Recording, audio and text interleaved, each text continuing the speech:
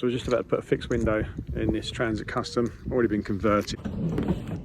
So we just laid some dust sheets down in here, because no matter what you do, there's always going to be a bit of metal swarf, bits and pieces. So what we'll do is we will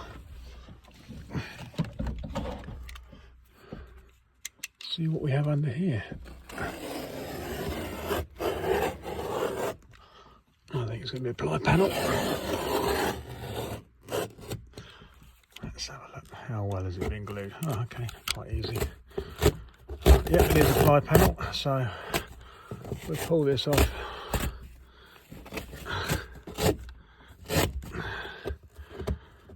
Maybe it's been bonded on, maybe it's been screwed. Let's have a look.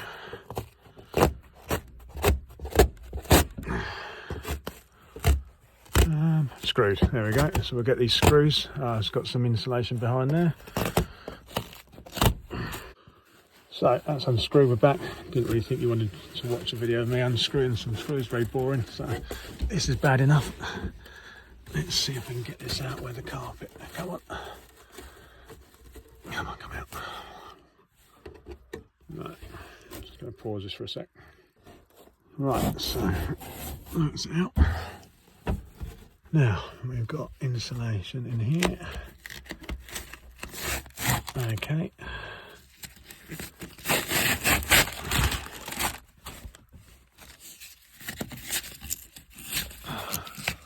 Okay, this is gonna, it also boring to watch, so I'll pause it. Right, so now we've removed all the sound deadening insulation. We'll start marking it up and cutting it out.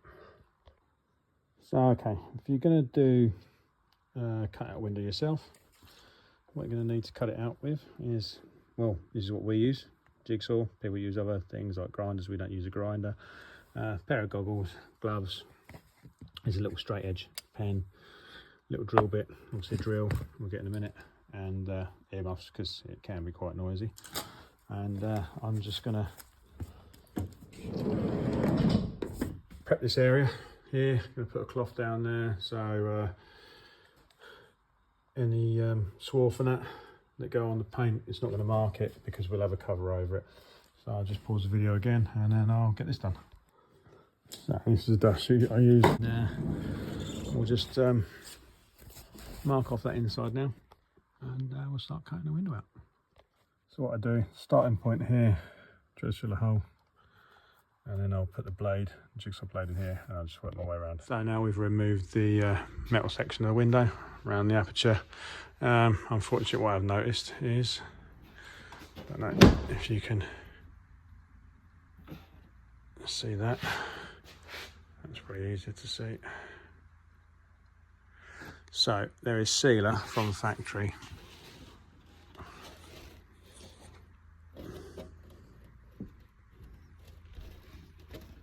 Here, see that? It should be all closed up. It's all come away. And unfortunately, at the top. So we're going to have to put some more sealer in there before we put the window in, because what we don't want is this window or this framework doing that. It's not going to be great on the window. So what we're going to do is we will put sealer all in here and stop that door moving.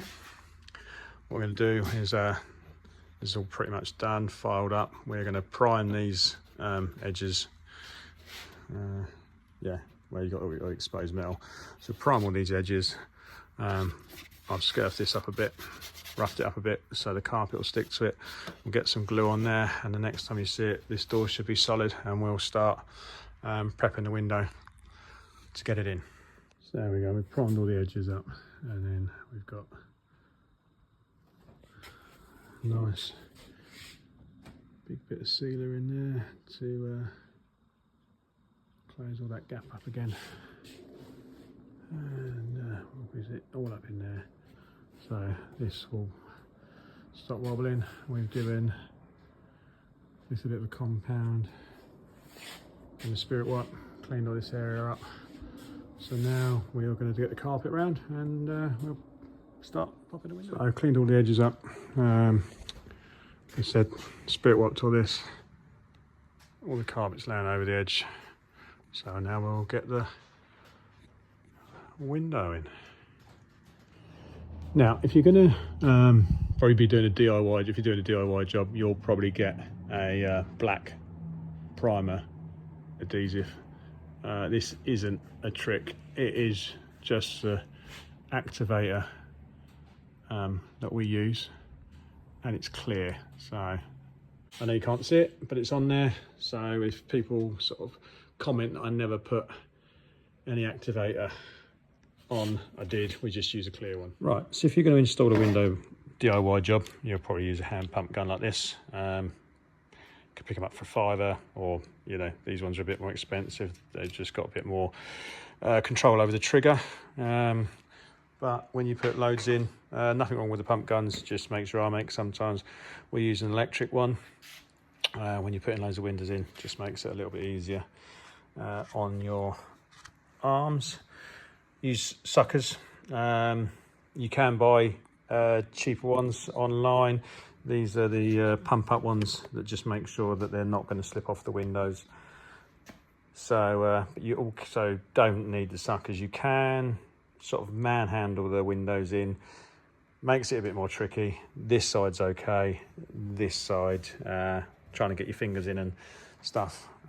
These are on, like this is on the side loading door. This section here can be a bit tricky sometimes. So just suckers just make it a lot easier. So what I'm going to do is I'll pause the video, I'll run the sealant round. We've cleaned all this with a spirit wipe anyway, and make sure there's all the grimes off it. I'll give it another go, and we'll get the window in. Also, I forgot to mention, if you're going to put the window in, and we'll obviously test fit it first, but make sure that this little sign here, be it a BTO, depending on where you get your glass from, Camper Glass, any other manufacturer, there should be a little manufacturer sort of sticker on it, and or etched into glass. Make sure that is at the bottom. It can sometimes be in the middle of the glass or at the back of the glass. Just make sure that this is not upside down. And I know it's a silly thing to say, but I have seen it in the past. So I'll pause the video, get the sealant on there, and then we'll get the window in. So we've run a nice bead all the way around, and this should correspond with where you put the activator on the side load door.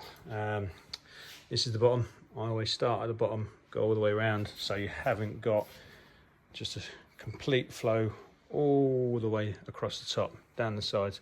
Shouldn't really do any joins. It should just be one continuous flow, and then there should be a little join there, which you can get a little knife, and then you can just smooth that section off.